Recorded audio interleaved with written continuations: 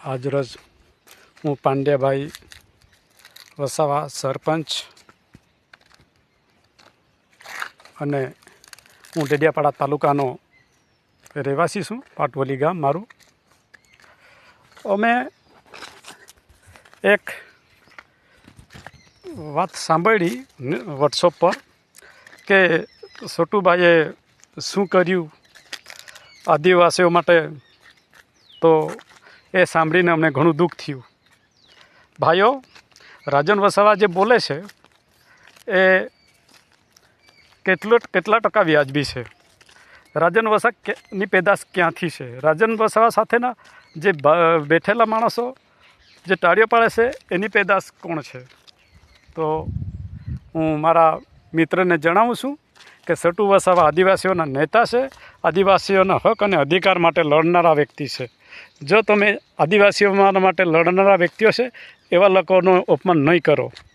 મેં તમને એક જ દાખલો આપવા માગું છું કે એમકમ પ્રકારે સરકારે ડેડિયાપાડાની મિશનરીઓમાં ગ્રાન્ટ બંધ કરી દીધેલી. એના કારણો આપણે એટલા ખબર નથી, પણ સાહેબને એ વસ્તુ ખબર પડતા એણે વિચાર્યું કે આ આદિવાસીઓના છોકરા આ મિશનરીઓમાં ભણે છે, તો અને ત્યાં છોકરાઓને રજા આપવાની તૈયારી હતી. એને કઈ આવી વાત કરી, છોટુભાઈને ખબર પડી, તો છોટુભાઈ ત્યાં પોતાના ઘરેથી અને આજુબાજુ મિત્રો કાં તો કોઈની પાસે આમ માગી ટાંકીને ટ્રકો ભરી ચોખા ઘઉં જેવું અનાજ પહોંચાડ્યું અને આ ડેડિયાપાડાના મિશન સ્કૂલોમાં આપ્યું.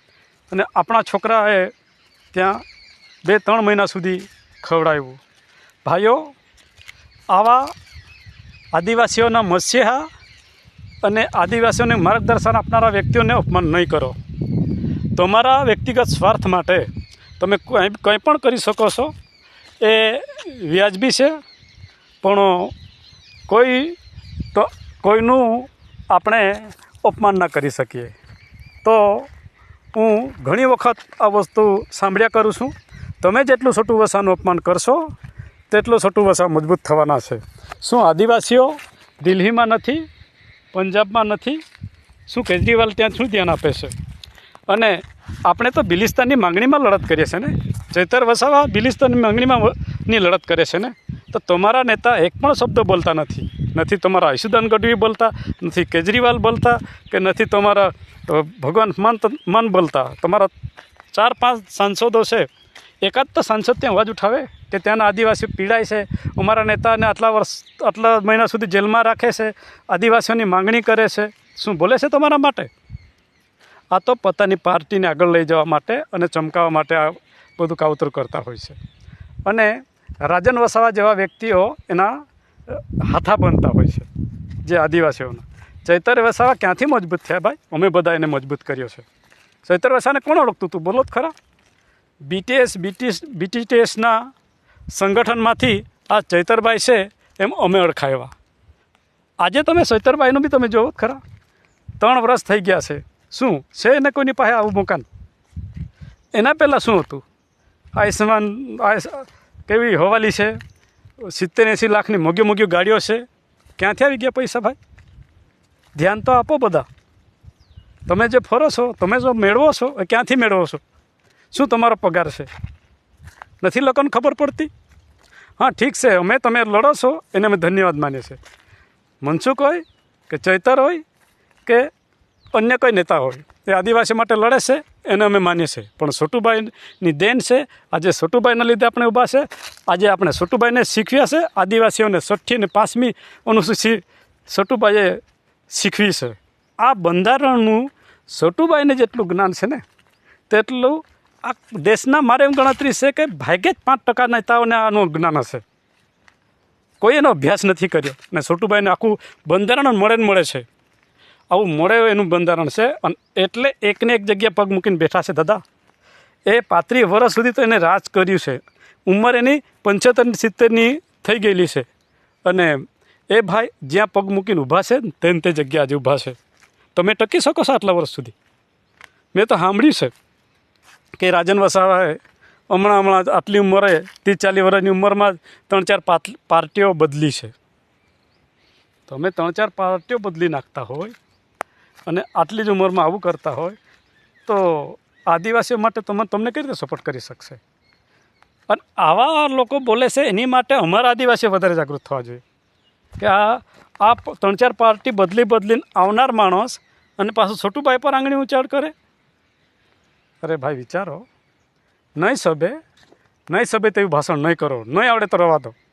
અને તમે નથી લડત કરતા તો તમે ન કરતા રવા દો, જે કરે છે ને કરવા દો.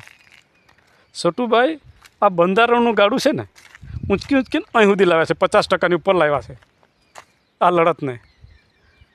ઝારખંડ, બિહાર, ઓરિસ્સા, છત્તીસગઢ, જ્યાં મોટા નેતાઓ છે આદિવાસીઓના, જે નેતાઓનું જ્ઞાન મેળવીને એમની સાથે બેઠક કરીને આ લોકોને કઈ રીતે એનું અધિકારો મળે, આ લોકો સાથે કઈ રીતે સંપર્ક મારીએ અને કઈ રીતે એની લડત કરીએ, આટલી બધી મહેનત કરીને અહીં સુધી લાવેલા.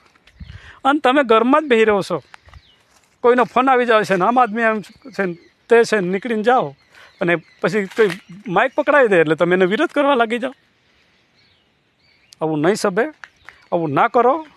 અને આદિવાસીઓને જે માટે જાગૃત વ્યક્તિઓ તમે શીખો અને આવું જે બોલનારા વ્યક્તિઓમાં વિરોધમાં વોટિંગ કરો. નથી સભા કરી યાર, આપણે રાજપુરમાં જુઓ, માંગરોળમાં જુઓ, ચંદરિયામાં જુઓ, લાખો પ્રજા આપણી ભેગી થતી હતી. અને અમે તો 1992ની વાત કરું છું, 92-94 લોકસભામાં ફક્ત 15,000 વોટથી અમે હાર્યા હતા સાંસદમાં. અને તમારો ચૈતર તો 85,000 વોટથી હાર્યો છે પહેલી વાર. કદાચ બીજી વખત એને સાંચ મળે ના મળે, બીજી વખત 2 લાખની પણ પાછળ જતો રહે. આ તો શરૂઆતની હોય કઈ રીતે એનું સ્ટેટ છે. અને તમે જે લડત કરો છો ને તમે જે અપમાન કરો છો એટલું તો કંઈક જ્ઞાન રાખો. અને તમે તો કંઈક સરપંચ બની ચૂક્યા છો. તમે બી 5 માણસને તો કંઈક કર્યું હશે કે નહીં, અને 5 માણસનું ભૂરું બી કર્યું હશે, તો એ તમને લોકોને આજે હારવું પડ્યું હશે ને. તો હાર જીત તમારી પોતાની થાય ને બીજાને આપણે એને દોષ ઠેરવીએ અને બીજા પર આપણે એનું રસ કાઢીએ, એ કઈ રીતે વ્યાજબી છે? આદિવાસીઓના નેતા હોય, આદિવાસીને લડતા હોય, એને લડવા દો. તમારા લીધે થોડો કંઈ આદિવાસીનું આખાનું જો હિંસકા કરી નાખવાનું નહીં ચાલે. લડવા દો જે લડે છે તેને, અને આદિવાસીઓનું અપમાન નહીં કરો. જય જોહાર, જય આદિવાસી.